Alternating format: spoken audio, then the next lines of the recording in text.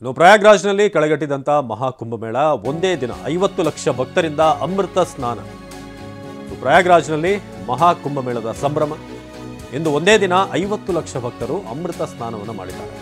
ತ್ರಿವೇಣಿ ಸಂಗಮದತ್ತ ಭಕ್ತ ಸಾಗರವೇ ಹರಿದು ಬರ್ತಾ ಇದೆ.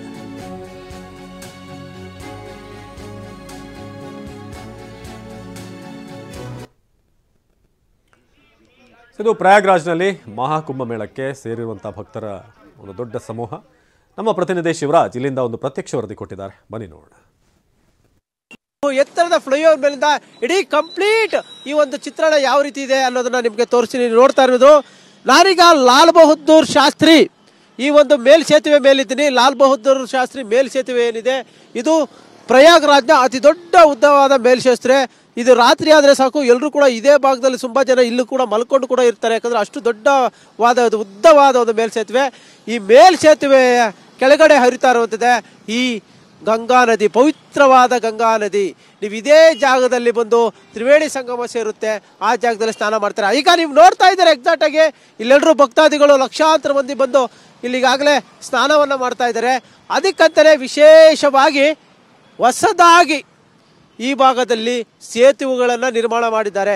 ಸುಮಾರು 30 ತಾತ್ಕಾಲಿಕ ಸೇತುವೆಗಳನ್ನು ನಿರ್ಮಾಣ ಮಾಡಿರೋದು. ಯಾಕಂದರೆ ಈ ಒಂದು ತ್ರಿವೇಣಿ ಮಾರ್ಗ, ಲಾಲ್ ಮಾರ್ಗ, ಕಾಲಿ ಮಾರ್ಗದಲ್ಲಿ ಬರುವವರಿಗೆ, ಇಲ್ಲಿ ಸ್ನಾನ ಮಾಡೋಕ್ಕೆ ಬರುವಂಥವ್ರಿಗೆ ಮಾಡುವಂಥ ಇವು ಮೇಲ್ಸೇತುವೆಗಳು. ಎರಡು ಬದಿಯಲ್ಲಿ ಗಂಗಾ ನದಿ ಈ ಒಂದು ಸಂಗಮದಲ್ಲಿ ಸೇರುವಂತಹ ಎರಡೂ ನದಿಗಳಲ್ಲಿ, ಆ ದಡಗಳಲ್ಲಿ, ಘಾಟ್ಗಳಲ್ಲಿ ಯಾವ ರೀತಿಯಾದ ವ್ಯವಸ್ಥೆ ಮಾಡಿದ್ದಾರೆ ಅಂತ ಕೂಡ ನಿಮಗೆ ಸ್ಪಷ್ಟವಾಗಿ ಕಂಡು ಬರ್ತಾ ಇದೆ. ಇವತ್ತು TV9 ತಂಡ ಪ್ರಯಾಗ್ರಾಜ್ಗೆ ಬಂದು ತ್ರಿವೇಣಿ ಸಂಗಮದ ಒಂದು ದೃಶ್ಯಾವಳಿಗಳನ್ನು ನಿಮಗೆ ತೋರಿಸ್ತಾ ಇದ್ದೀವಿ. ಅದ್ಭುತವಾದ ದೃಶ್ಯಾವಳಿಗಳು, ವ್ಯವಸ್ಥೆ ಯಾವ ರೀತಿ ಇದೆ ಅಂತ ನೋಡ್ಬೋದು. 12 ವರ್ಷಕ್ಕೊಮ್ಮೆ ಕುಂಭಮೇಳ ಬರುತ್ತೆ. ಆ ಒಂದು 12 ವರ್ಷಕ್ಕೊಮ್ಮೆ ಬರುವ ಕುಂಭಮೇಳ 12 ಬಾರಿ ಪೂರೈಸಿದರೆ ಅದು ಮಹಾಕುಂಭಮೇಳವಾಗುತ್ತೆ. ಈ ಬಾರಿ ಅದು ಮಹಾಕುಂಭಮೇಳ. ಹೀಗಾಗಿ ವ್ಯವಸ್ಥೆಯ ಚಿತ್ರಣ ನಿಮಗೆ ಮೇಲಿಂದ ನಿಮ್ಗೆ ತೋರಿಸ್ತಾ ಇದ್ದೀನಿ. ಈ ಒಂದು ವ್ಯೂ ಪಾಯಿಂಟು ನೀವೇನು ನೋಡ್ತಾ ಇದ್ರೆ ಇದೇ ರೀತಿಯಾಗಿ ಇರುವಂಥದ್ದು ಇಲ್ಲಿ ಚಿತ್ರಣ.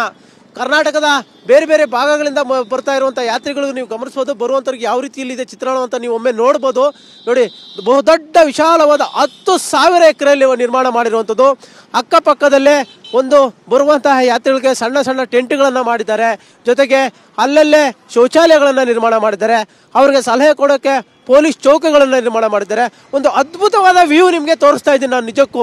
ಎರಡೂ ಕೂಡ ಒಟ್ಟಿಗೆ ದಡದ ಪಕ್ಕದಲ್ಲಿ ಯಾವ ರೀತಿಯಾದ ಚಿತ್ರಣ ಇದೆ, ಮತ್ತು ಗಂಗಾ ನದಿಯ ಒಂದು ತ್ರಿವೇಣಿ ಸಂಗಮ ಯಾವ ರೀತಿ ಇದೆ, ನೀವು ಪವಿತ್ರ ಸ್ನಾನ ಎಲ್ಲಿ ಮಾಡ್ತೀರಾ ಪ್ರತಿಯೊಂದು ನೋಡ್ತಾ ಇದ್ದೀರಾ.